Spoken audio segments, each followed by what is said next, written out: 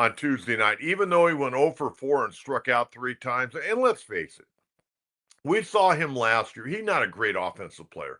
He'll go in there, he'll lay down a bunt, he'll try to put the ball in play, but he's not going to hit for much of an average. And I'm not going to say he's an automatic out because anybody with a bat in their hands can be dangerous. But, you go back to last year with Mason McCoy. He had 204 in the 49 at bats. He's a 185 career hitter. But on Tuesday night, he made two really, really nice plays going down the right field line on foul ball or on fly balls. One of them was foul territory. And then he made a great backhanded play going up the middle, and he was able to throw the runner out to first base. He's a very skilled defender. And not only is he a skilled defender, but he can play shortstop.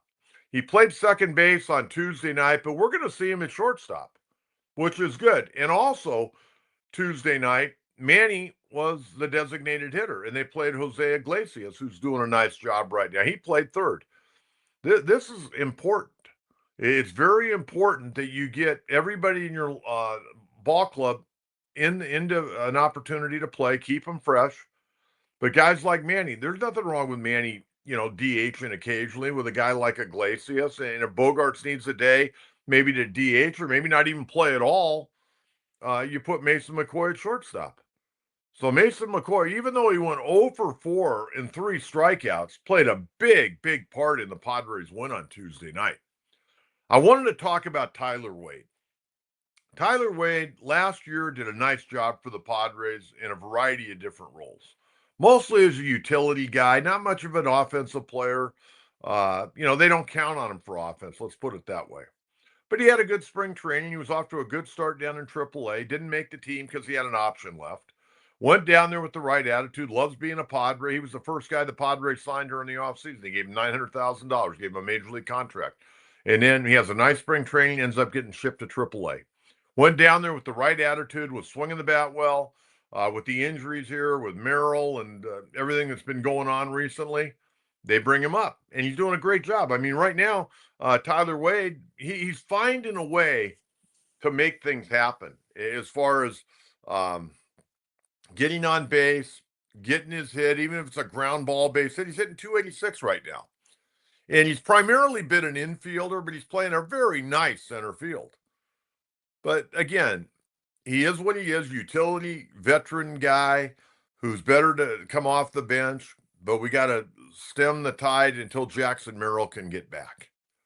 And once Jackson gets back, I don't know what the role will be for Tyler Wade. He may end up going back to AAA, but he's a valuable piece to have in reserve because you got to have guys like that. Mason McCoy, even though he's not going to give you a lot offensively, guy can play defense. And I'm still a believer you win with pitching and defense. And again, I got to give A.J. Preller and his front office and the pro scouts a lot of credit. They're bringing some guys in here that can help this ball club. And, it's hard to find guys that are going to, be 3-tool players. I mean, most guys are 2-tool players. Luckily we got Fernando. He's a 5-tool guy. But, if you can do one thing really, really well, it behooves you and it behooves the ball club. And Tyler Wade's doing a nice job right now. No question about it. I want to back up here a little bit, and I want to talk about Kyle Hart. Kyle Hart's going to be pitching the rubber game today. And let me tell you, Kyle Hart at Petco Park has been Warren Spahn and Sandy Koufax as far as getting people out.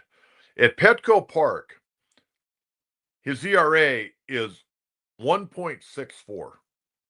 1.64. Hitters at Petco Park are struggling. Left-handers are really struggling. Right-hand hitters, they're swinging the bat pretty well. But at Petco Park, Kyle Hart is 1.64. The problem is he's not pitching at Petco Park today to win a rubber game. He'll be making his third start of the season on the road. And so far in his 2 starts, they've not gone well.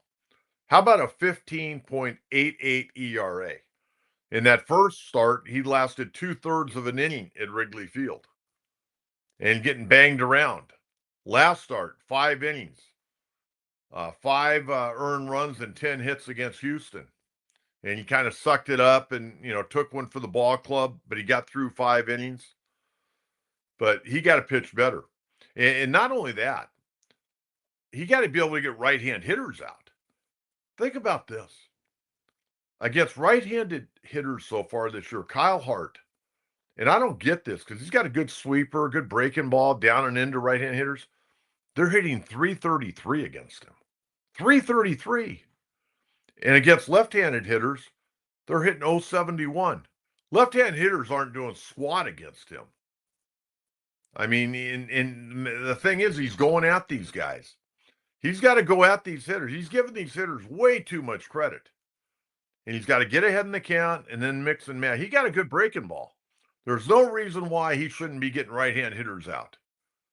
And we'll see what he's able to do later today against the Detroit Tigers. Detroit's got a good ball club. It's a good test for the Padres. Good test for Kyle Hart today. But, man, a 15.88 ERA in the first two games he started on the road this year. I mean, is he going to be one of these guys we can only pitch him in home games? I mean, that's crazy.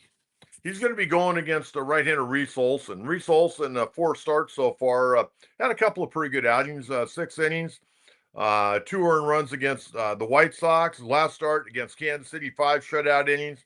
Got a 1.64 ERA at Comerica. So another guy that pitches very, very well in his home ballpark. So we'll see where that's at.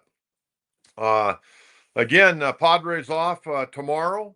They begin a 5-game homestand Friday. Friday, Saturday, Sunday against Tampa Bay. And then next Tuesday and Wednesday afternoon will be against the San Francisco Giants. Okay, Yu Darvish. Yu Darvish is making progress, folks. He's making progress. 26 pitch bullpen. Last weekend in Houston, he threw a 20-pitch bullpen, 19 fastballs, 1 curveball. He just wanted to mix in that curveball, felt good, and then came back and threw another bullpen at Comerica Park. Felt good, 26-pitch bullpen. Going to more than likely throw another bullpen. I would think it's probably going to be on Friday, but over the weekend he's going to throw another one. Getting a little bit closer to a rehab assignment, but realistically, and I mentioned this on Monday, it's going to be a while, and they're going to slow play it. They've been slow playing it. He will probably, hopefully, get back into the Padre rotation in late May or early June. There's no need to rush him. There really isn't. The other note, and I just saw this morning, nobody really wrote about this. I went to transactions. Right-hander Sean Reynolds has been in a foot problem really since spring training, been on the IL. He was sent yesterday by the Padres down to El Paso on a rehab assignment. So another power arm, big, strong guy, throws, upper 90s, will hit 100.